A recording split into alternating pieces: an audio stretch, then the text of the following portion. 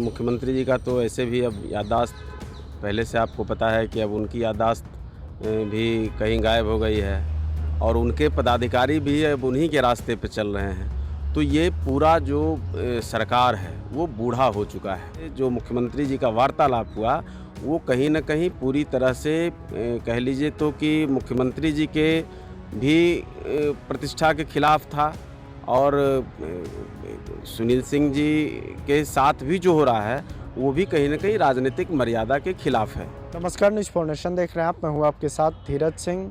स्वतंत्रता दिवस के अवसर पर पटना में सभी माननीयों को स्वतंत्रता दिवस का इनविटेशन कार्ड भेजा जा रहा है, लेकिन आरजेडी एमएलसी सुनील सिंह के जो इनविटेशन कार्ड है उसमें एक गलती कहिए या विभागीय भूल कहिए, उसमें उनके जो पद है उसका गलत विवरण किया गया। हमारे साथ हैं हिंदुस्तानी अवाम मोर्चा सेकुलर के मुख्य प्रवक्ता श्याम सुंदर शरण जी।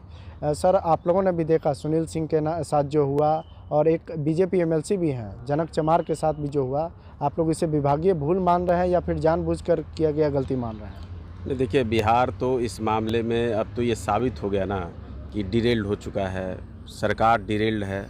और मुख्यमंत्री जी का तो ऐसे भी अब याददाश्त पहले से आपको पता है कि अब उनकी याददाश्त भी कहीं गायब हो गई है और उनके पदाधिकारी भी अब उन्हीं के रास्ते पे चल रहे हैं। तो ये पूरा जो सरकार है वो बूढ़ा हो चुका है और कहीं न कहीं उसका असर है या फिर मानसिकता भी कहीं बदली हुई सी लगती है।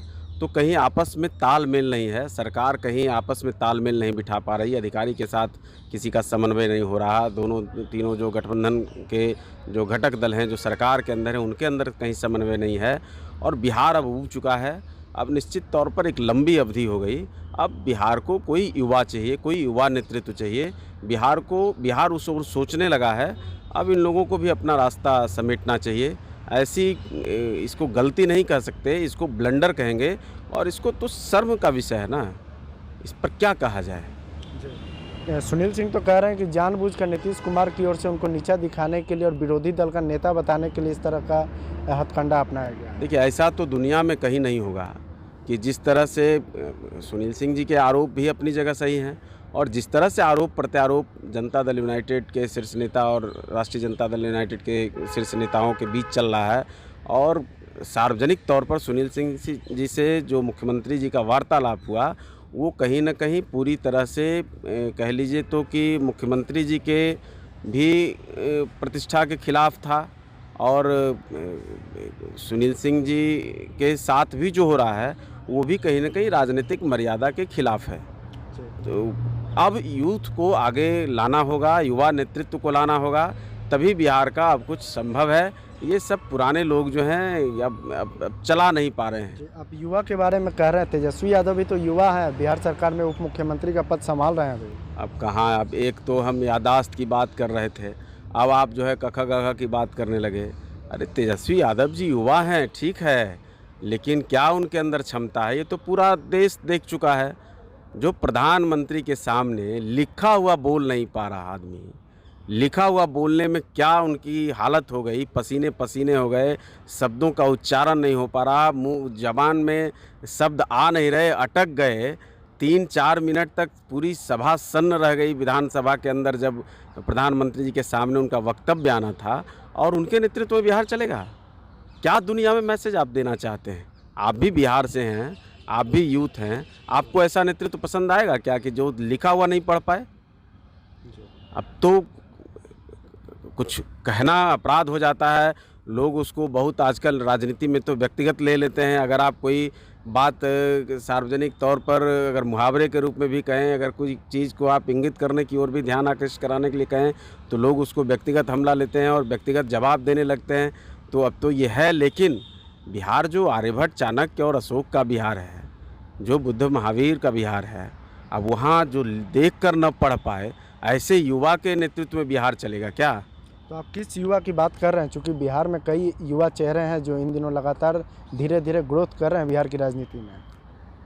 देखिए, हम सबकी तो बात नहीं कर सकते, लेकिन जिन चेहरों की आप बात कर रहे हैं उसमें निश्चित तौर पर आपका जो इशारा है वो बिहार का जो कह लीजिए कि परसेप्शन क्या है दुनिया के अंदर, बिहार सबसे ज़्यादा आईएएस देता है, बिहार सबसे ज़्यादा आईपीएस देता है, बिहार प्रतियोगी परीक्षाओं में सबसे ज़्यादा अव्वल रहता है।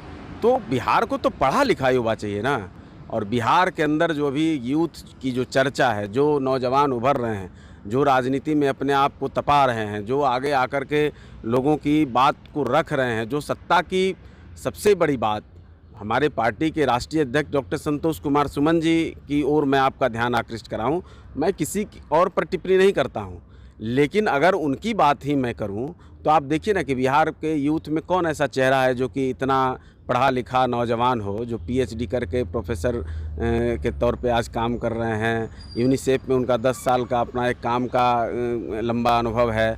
तो इतना संघर्ष के साथ और इतनी अपनी सब चीज़ पढ़ाई लिखाई पूरा कर करके एक विद्वता हासिल करके और उसके बाद समाज की सेवा में, और सबसे बड़ी बात कि सत्ता को जो अपने जूते की नोक पर रखता है, सत्ता की परवाह नहीं करता है, लोगों की बात को कहने के लिए, लोगों की बात को आगे ले जाने के लिए, जिसको सत्ता की कोई परवाह नहीं है, जो सड़क और संसद में सदन में कोई अंतर नहीं करता है। तो बिहार तो ऐसे लोगों के पीछे चलने वाला लोग है और बिहार की मानसिकता है। और आज पूरा बिहार का यूथ आज लोगों को भले लगे, लेकिन कभी नीतीश कुमार जी के पीछे भी कितने विधायक थे, 2-4 विधायक थे 95 के चुनाव में, और फिर वो एक लंबा उन्होंने दूरी तय किया। अब डिरेल्ड हो गए, ठीक है, उम्र हो गई, सब कुछ हो गया, उनका समय बीत गया। तो संतोष मांझी में आज हम लोग और पूरा बिहार ही नहीं पूरा देश भी देख रहा है कि सही मायनों में दलित नेतृत्व में, अनुसूचित जाति जनजाति के नेतृत्व में, गरीब तबके की नेतृत्व की जहाँ तक बात है, गरीब तबके की बात करने वाला कोई है, तो उसमें निश्चित तौर पर मैं बेबाक होकर कहना चाहूँगा, और आप भी एकदम मैं चैलेंज के साथ कहता हूँ कि जिन नौजवानों की चर्चा आप कर लिए, मेरे सामने आप उनका नाम प्रकट करिए, मैं आपको उनकी तुलना करके बता दूंगा कि कैसे संतोष मांझी सबसे ऊपर हैं और कैसे बिहार को आगे ले जाने के लिए एक बेहतर और सबसे अच्छे चेहरे के तौर पे वो उभर रहे हैं और जनता भी एक्सेप्ट कर रही है। आप कह रहे हैं बिहार की नेतृत्व करने के लिए संतोष मांझी में क्षमता है। पिछले दिनों मांझी जी ने भी ये बात कहा था कि आपको लगता है कि जो आपकी पार्टी है वो अभी पूरी तरह से तैयार है इस चीज़ के लिए कि आने वाले समय में अगर मौका मिले तो उनको नेतृत्व देने के लिए भी तैयार हैं आप लोग? नहीं, निश्चित, देखिए वो तो तय करना जनता का काम है, वो तय करना। गठबंधन का दौर है तो हम लोग कोई इस तरह की बात खुलकर नहीं करते हैं आज की तारीख में लोग, क्योंकि लोगों को लगता है कहीं गठबंधन साथी से किसी की तुलना हो रही है, तो ऐसा नहीं है, हमारा वो मकसद नहीं है। लेकिन जो जब चर्चाएं होंगी तो भाई जिनके कोई एमपी नहीं वो प्रधानमंत्री की बात कर रहे हैं, तो वो क्या से क्या कर रहे हैं, इनके साथ तो कम से कम अभी एक बड़ा तबका है। संख्या बल क्या है नहीं है वो अलग विषय है, लेकिन एक बड़ा वर्ग है उनके साथ और एक बड़ी उम्मीद है लोगों की उनके साथ। और संतोष मांझी जी की बात में आप देखिए वो कितने पढ़े लिखे हैं, कितना उनके पास सर्टिफिकेट है, उससे भी बड़ी बात है कि कितनी सौम्यता और गंभीरता है।